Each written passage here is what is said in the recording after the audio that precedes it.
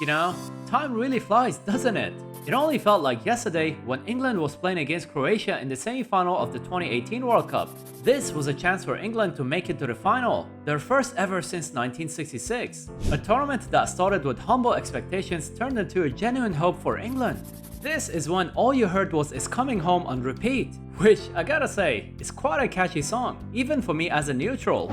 And you know what? When England scored an early goal in that semi-final match, it really was on its way to come home.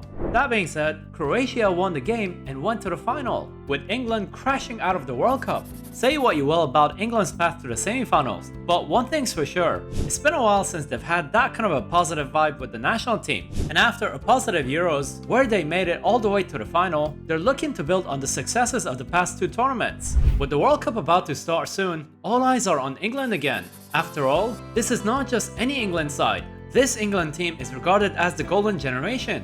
Or, you know, the golden generation after the golden generation. So in this video, I'm gonna have the co-founder of Sempre Milan website and YouTube channel, Ollie Fisher, and we're gonna talk about whether this is the World Cup where it actually comes home. England's journey to triumph begins with the group stage, a group stage that looks relatively easy on paper. With Wales, Iran, and a country that prefers its own version of football, you'd be hard-pressed to bet against England.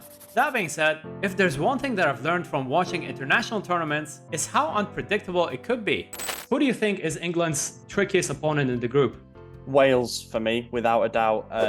Not only looking at the squads on paper going into a major tournament, it's always risky to just think about things on paper because there's a lot of different dynamics at play with this World Cup. But because of the history of the fixture between us and Wales, they hate us. We're not particularly fond of them. We've met them before in a European Championships game where Daniel Sturridge scored a last-minute winner, and I think that stung them quite a bit. So they'll be out for revenge against us. They always seem to up their game against us, and they always seem to up their game in major tournaments to Wales, like they had that run to the Euro semis that time. And I also think, you know, they've got Gareth Bale, and he's going to make sure that he's in the best condition possible for the World Cup so he can have a go at beating England again.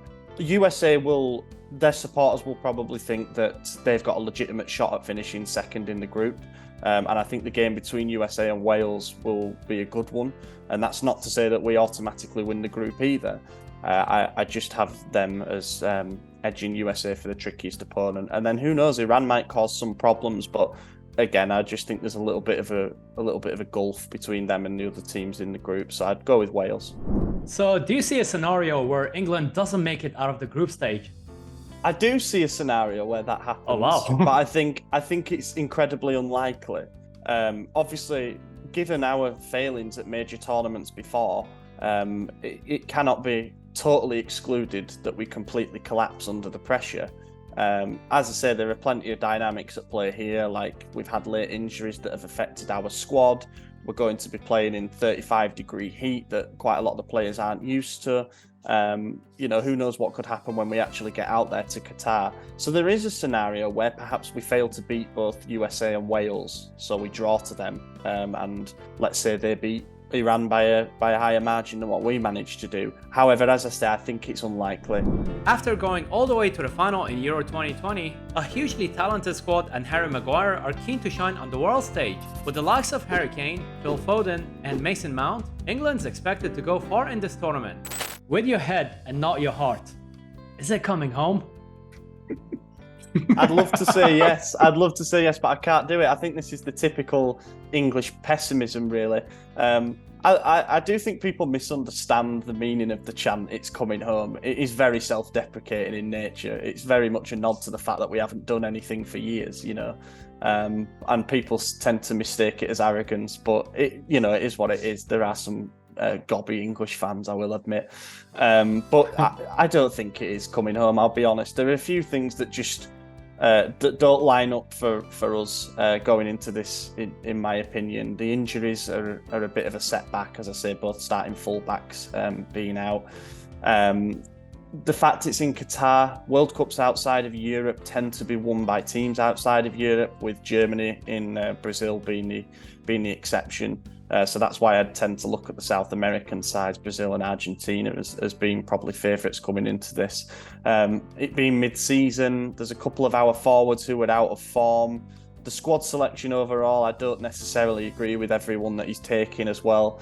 And then, you know, if you want to start thinking about other European teams that might have a shot, you've probably got to put France, Germany, maybe even Spain in the discussion before you start thinking about us. But maybe in a weird way that helps us because I don't think anybody's really taking us seriously to go on and win the entire thing. But having the pressure off compared to the Euros, where it was like, we have to win, it's our tournament at home, you know, we've got to go all the way, we've got an easy path. This time it might be sort of like, we'll go as far as we go, and that fearlessness and the tournament experience from the Euros might help us out. But if I had to say now, I think we might get to say the quarterfinals and meet someone quite strong. Despite a semi-final and a final in the past two tournaments, it hasn't been a smooth sailing for Gareth Southgate. The fans and the media have been divided on whether Southgate is a man who can take England forward. For many, the past two tournaments have been a success, while for many others, England slipped when it really mattered the most. For all intents and purposes, this could be his last tournament with England, but the question is this the end of the road for Southgate if he fails to deliver on expectations? I think, and this will probably come as a surprise for those who don't read the English media reports and stuff, but I think he will not be our manager even if he wins the World Cup, which might seem bizarre, but it just sounds like, based on some pretty reliable reports that have come out, that he considers it to be kind of the end of his cycle. And yeah, even if we win the World Cup, it's time for someone else to have a go.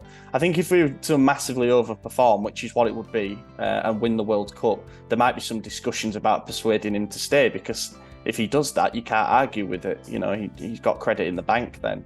However, I do think there's a growing section of England fans who also think that it's time for someone else to have a go. And because of what Southgate's done in this period, sort of post Roy Hodgson, really, it deserves an awful lot of credit, and you wouldn't want him to go out on a sour note, really. But now if we crash out in the group stages, he's definitely going to be gone.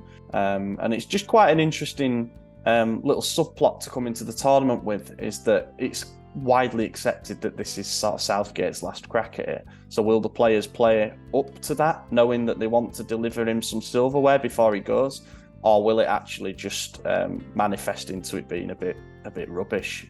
We'll wait and see. But yeah, I think it's probably time for a change.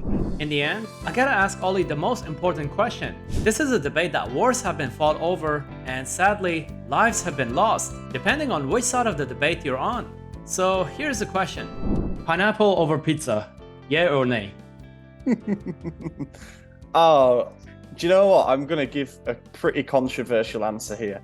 I think it's a no. I think it's probably a criminal offence to Italians who created pizza, and therefore their rules stand above all else. However, I actually quite enjoy it. So weirdly, I would never order it. It would never be my go-to pizza. But yeah, strangely, yes, I do enjoy it, but I do think it should probably be banned, just so this debate can end as well. You do not want to irritate Italians when it comes to food. It is the one thing that they will quite literally die for sometimes.